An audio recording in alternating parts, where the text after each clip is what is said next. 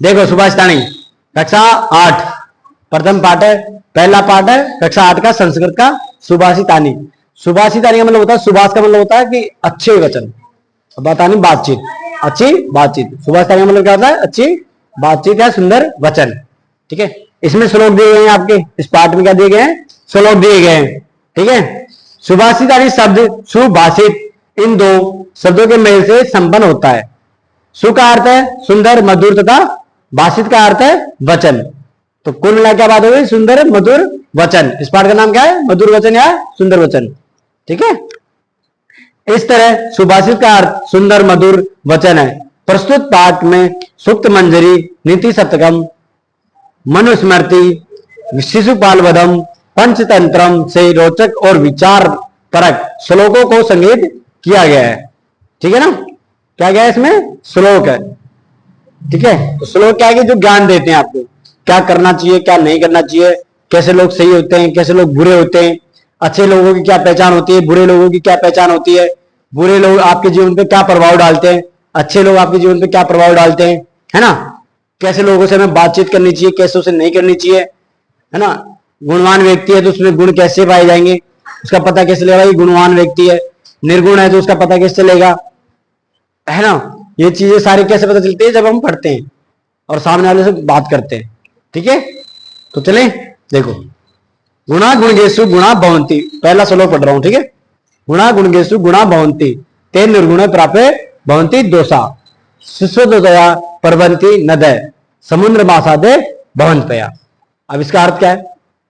नहीं पता तुम लोगों को, कोई बात नहीं, मैं बताऊंगा। गुणा गुणगेशु गुणा भवन्ति मतलब गुण गुणियों में पाए जाते हैं। गुणा गुणगेशु गुणा भवन्ति, गुण गुणियों में पाए जाते हैं। ते निर्गुण प्राप्त भवन्ति दोषा, वे निर्गुण को प्राप्त होकर क्या बन जाते हैं? दोष बन जाते हैं। गुण गुणियों में पाए जाते हैं और वो निर्गुण को प्राप्त होकर क्या बन जाते हैं? दोष बन जाते हैं। सुशुद्ध होता परवंती नदय समुद्र मासादे भवंत अपया, जिस प्रकार पीने योग्य पानी नदी बहाकर लाती है। सुशुद्ध होता परवंती नदय, जिस प्रकार पीने योग्य पानी नदी बहाकर लाती है और वो समुद्र में मिलकर समुद्र मासादे भवंत अपया, समुद्र में मिलकर नहीं पीने योग्य हो जाती है। क्या कह रहा है? गुणा गुणगेशु गुणा भवन्ति ते निर्गुण प्राप्य भवन्ति दोषा सुस्वदोतया परवंती नदय समुद्र मासादे भवंत अपया। कह रहा है गुण गुणियों में पाए जाते हैं, वे निर्गुण को प्राप्त होकर दोष बन जाते हैं। जिस प्रकार नदी पीने योग्य पानी बहाकर लाती है लेकिन समुद्र में मिलकर क्या हो जाती है? वो नहीं पीने योग्य हो जाती है। ठीक है, दूसरा देखो, साहित्य संगीत कला विहीन, साहित्य संगीत कला विहीन साक्षात पशु पुच्छ विषाणहीन, साहित्य संगीत कला विहीन साक्षात पशु पुच्छ विषाणहीन तरणम न खादनपि जीवमान, तरणम न खादनपि जीवमान परम तद भागरयम परम पशुनाम। साहित्य संगीत कला विहीन साक्षात पशु पुच्छ विषाणहीन तरणम न खादनपि जीवमानम तद भागरयम परम पशुनाम।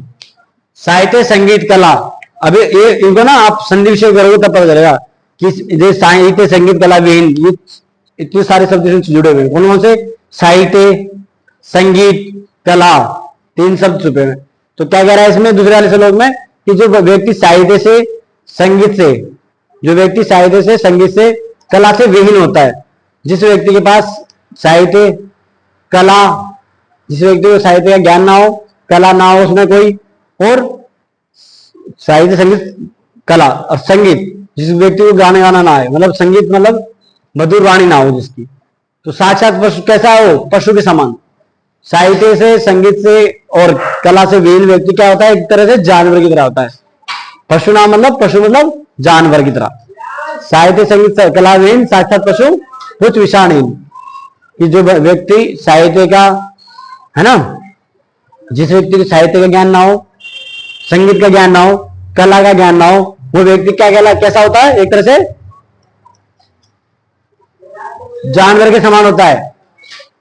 ठीक है, और जानवर भी कैसा? तो देखो, तरणम न खादनपि जीवमान तद भागरयम परम पशुनाम, घास खाकर भी, घास ना खाकर भी जीवित है। क्या है? घास ना खाकर भी जीवित है। घास ना खाकर भी जीवित है। साक्षात पशु पूछा तरणम ना खादन भी जीवमान तद भागवतम परम पशु नाम। घास ना खाकर भी क्या है, जीवित है। ठीक है यार बीच में क्या है, मैं बीच में भूल गया।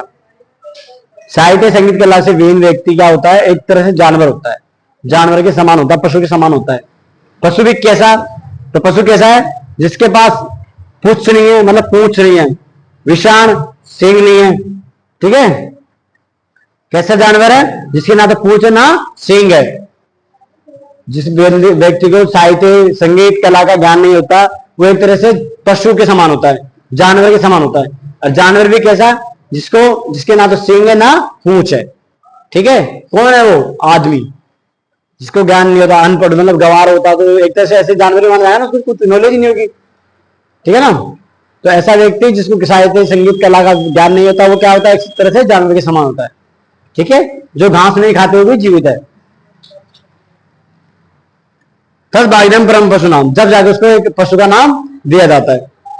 कैसा जानवर है, जो ना तो घास खाता है, ना पानी पीता, ना उसके सींग है, ना उसके पूंछ है, फिर भी क्या है, वो जानवर है। ठीक है, आया समझ में यहां तक? अच्छा ठीक है।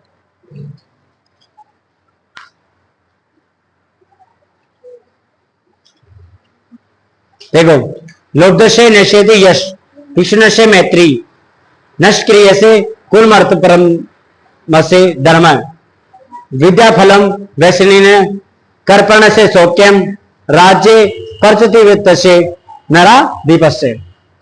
कि लालची का यश, लालची व्यक्ति होता ना, उसका यश खत्म हो जाता है ना। यश मतलब कि उसकी इज्जत नहीं रहती फिर।